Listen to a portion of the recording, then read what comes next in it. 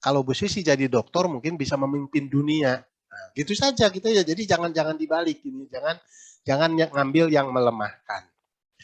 Kemudian dari yang tadi Pak Surya, literasi 15 menit itu, jadi jangan bagaimana agar tidak hanya kebiasaan membaca saja, tidak hanya membiasakan membaca.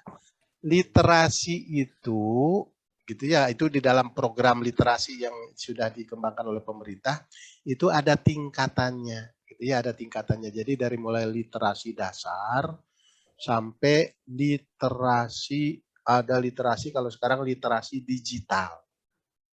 Jadi bertahap. Nah, untuk anak-anak dibiasakan dulu. Jadi itu pembiasaan dulu, Pak. Maksudnya 15 menit itu adalah pembiasaan dulu. Nanti silakan kalau sudah biasa, bagaimana agar misalnya tidak hanya membaca, tapi menguasai itu ya apa yang dibaca, bahkan hafal. Hafal itu juga masih itu ya masih low order thinking skill. Tapi yang paling bagus adalah bagaimana mengamalkan dari apa yang dibaca. Nah, bahkan kalau saya menafsirkan literasi atau menafsirkan budaya baca itu tidak terbatas pada membaca angka atau membaca huruf, tidak terbatas pada membaca buku gitu ya atau membaca apa-apa yang kelihatan oleh mata. Tapi harus bisa juga membaca situasi gitu ya. Nah, ini kalau sudah level tinggi harus bisa membaca situasi. Misalnya saya sering mencontohkan kalau mahasiswa misalnya mau bimbingan atau saudara mau minta uang, misalnya kita mau pinjam uang ke teman dan sebagainya, itu harus membaca dulu muka teman gitu ya. Ini teman ini lagi ribet atau tidak gitu ya. Kalau teman lagi seneng kan, oh kelihatan dari mukanya. Tapi kita baca, gitu. Jadi kita baca juga muka orang, muka teman itu harus dibaca ketika kita mau minjem, misalnya minjem apa gitu ya. Baca dulu mukanya, lagi seneng atau tidak, gitu ya. Lagi seneng, berarti kita akan sukses meminjam. Tapi kalau misalnya lagi tidak senang, ya sudah jangan dilanjutkan. Nah, ini kuncinya membaca itu harus sampai di situ, gitu ya. Jadi muka orang pun harus dibaca. Kalau di kampus saya sering mencontohkan, jadi kalau mau bimbingan saja gitu ya, mau bimbingan baca dulu tuh muka dosen itu. Lagi rudet atau lagi ruwet atau lagi seneng gitu ya. Jadi kalau lagi ruwet ya jangan minta macam-macam. Misalnya ada kejadian begini ya, ini karena di sini juga banyak guru-guru yang jadi mahasiswa. Ada misalnya mahasiswa yang mau minta ujian gitu ya, padahal dosen pembimbingnya lagi bermasalah. Jadi langsung nodong, Pak, saya mau minta ujian minggu depan.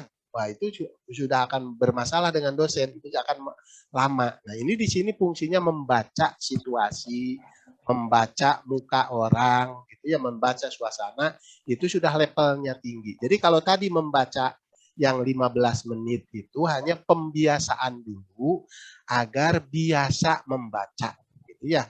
Nah, nanti kalau sudah bagus gitu ya, kalau sudah bagus budaya bacanya, nanti mudah-mudahan akan tercipta budaya baca di sekolah itu.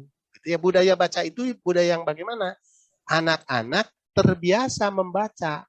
Kuncinya Coca-Cola. Kapanpun, dimanapun membaca.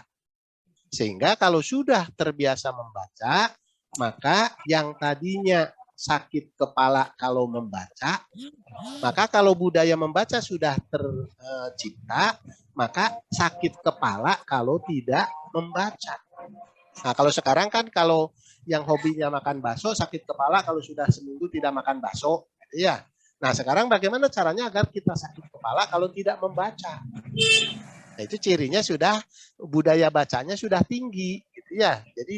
Jadi ini untuk yang 15 menit ini sekali lagi adalah pembiasaan dulu, gitu ya. Jadi literasi dasar yang paling rendah untuk membiasakan dulu. Nanti kalau sudah terbiasa silakan ditingkatkan baik dari waktunya maupun dari targetnya. Itu artinya misalnya tidak hanya membaca tapi paham apa yang dibaca. Berikutnya tidak hanya membaca tapi mempraktekkan dari apa yang dibaca. Waktunya tidak hanya 15 menit, misalnya ditingkatkan jadi 20 menit, jadi setengah jam, bahkan bisa sampai 1 jam misalnya dibiasakan membaca. Ya, sehingga terbiasa untuk berbasis bacaan, gitu ya. Jadi jangan sampai tadi, gitu ya, budaya lisan yang lebih dikedepankan. Kemudian untuk pasihombing ya, untuk pasihombing yang walaupun misalnya bagaimana saya hanya dengan tangan satu, gitu ya, tapi Allah itu sudah memberikan kelebihan pada setiap orang. Gitu ya. Jadi tidak sedikit orang sukses, gitu ya, orang yang memiliki cacat tubuh, tapi sukses, ya, tapi sukses dengan usaha yang sungguh-sungguh. Jadi jangan berkecil hati, ya, jangan berkecil hati, misalnya karena kurang lengkap anggota tubuh kita, karena memang itu takdir Allah. Kita tinggal mensyukuri, ya, dengan takdir itu bagaimana kita bisa mengoptimalkan. Ya, bagaimana bisa mengoptimalkan. Lantas bagaimana caranya? Kita punya pendamping, minta didampingi, gitu ya, minta dengan ada teman atau ada peserta didik yang mendampingi kita, terutama untuk mengoperasikan teknologi, gitu ya, misalnya untuk membuka Zoom, gitu ya, kemudian untuk chatting dan lain sebagainya. Nah, kita kalau di rumah bisa minta bantuan anak-anak kita, kalau di sekolah bisa meminta bantuan teman-teman guru yang lain, gitu ya. Kemudian bisa juga minta bantuan siswa yang lain. Kalau ada yang mencemooh, tidak usah dipedulikan. Nanti dia akan melihat ketika kita sudah mencapai hasil yang optimal. Ya, karena tidak sedikit gitu ya di level dunia juga tidak sedikit orang-orang yang berkebutuhan khusus ternyata bisa sukses, gitu ya, bisa sukses di dalam mengarungi kehidupannya. Jadi kekurangan itu jangan dijadikan alasan untuk tidak sukses, gitu ya. Karena Allah memberikan memberikan kelebihan dan kekurangan kepada setiap orang, tinggal bagaimana kita mensyukuri kekurangan dan kelebihan itu untuk didaya gunakan secara optimal. Kemudian sekaligus tadi ukuran sejahtera ya. Ukuran sejahtera itu ukurannya bukan uang.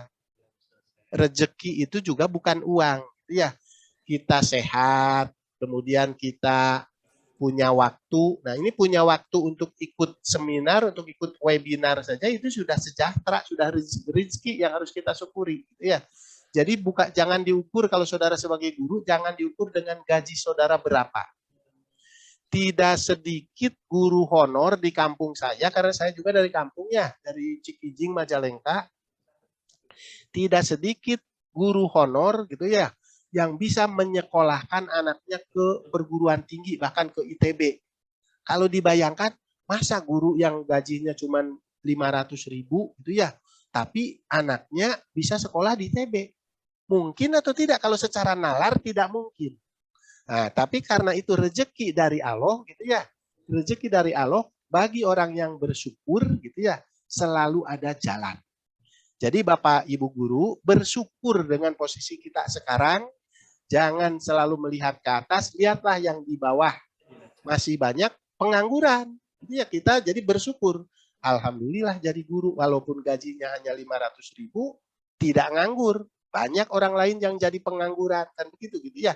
Jadi jangan melihat ke atas untuk ukuran dunia gitu ya. Tapi melihatlah ke bawah. Tapi untuk ukuran akhirat, untuk ukuran bersyukur, lihatlah ke atas. Ya, jadi kita harus selalu bersyukur dengan apa yang diberikan oleh Allah Subhanahu wa taala. Oh, jadi ini rezeki yang diberikan oleh Allah harus disyukuri. Bagaimana caranya? Itu yang mungkin bisa nabung, bisa sedekah dan lain sebagainya, gitu ya, sehingga nanti bisa datang rezeki yang tidak diduga-duga untuk para guru yang amanah, untuk para guru yang ikhlas. Demikian barangkali ya. Ya. Terima kasih Prof. Terima kasih Prof. Sepertinya sudah ya. Sudah ada sangat lagi tadi lengkap. Paling tadi ya. Ya. Paling ada satu yang komentari dari Bu Nani tadi. Yeah. Tidak ada siswa yang bodoh, tidak ada siswa yang bodoh itu tidak ada siswa yang bodoh, yang ada guru yang tidak bisa membuat siswa pinter. Gitu ya. Itu kan yang tadi dianukan oleh Bu Nani. Jadi saya tegaskan betul yang apa yang dikemukakan oleh Bu Nani tadi. tidak ada siswa yang bodoh. Yang ada adalah guru yang tidak membuat siswa pinter. Jadi kalau ada siswa bodoh gitu ya yang kurang pinter di sekolah saudara, saudara harus mengevaluasi diri sebagai guru. Kenapa tidak bisa membuat siswa itu pinter? Gitu ya. Itu tadi menambahkan yang Bu Nani saja. Iya, Baik, Bu Nani dilanjut. Bu Nani. Baik, terima kasih Ibu Nani.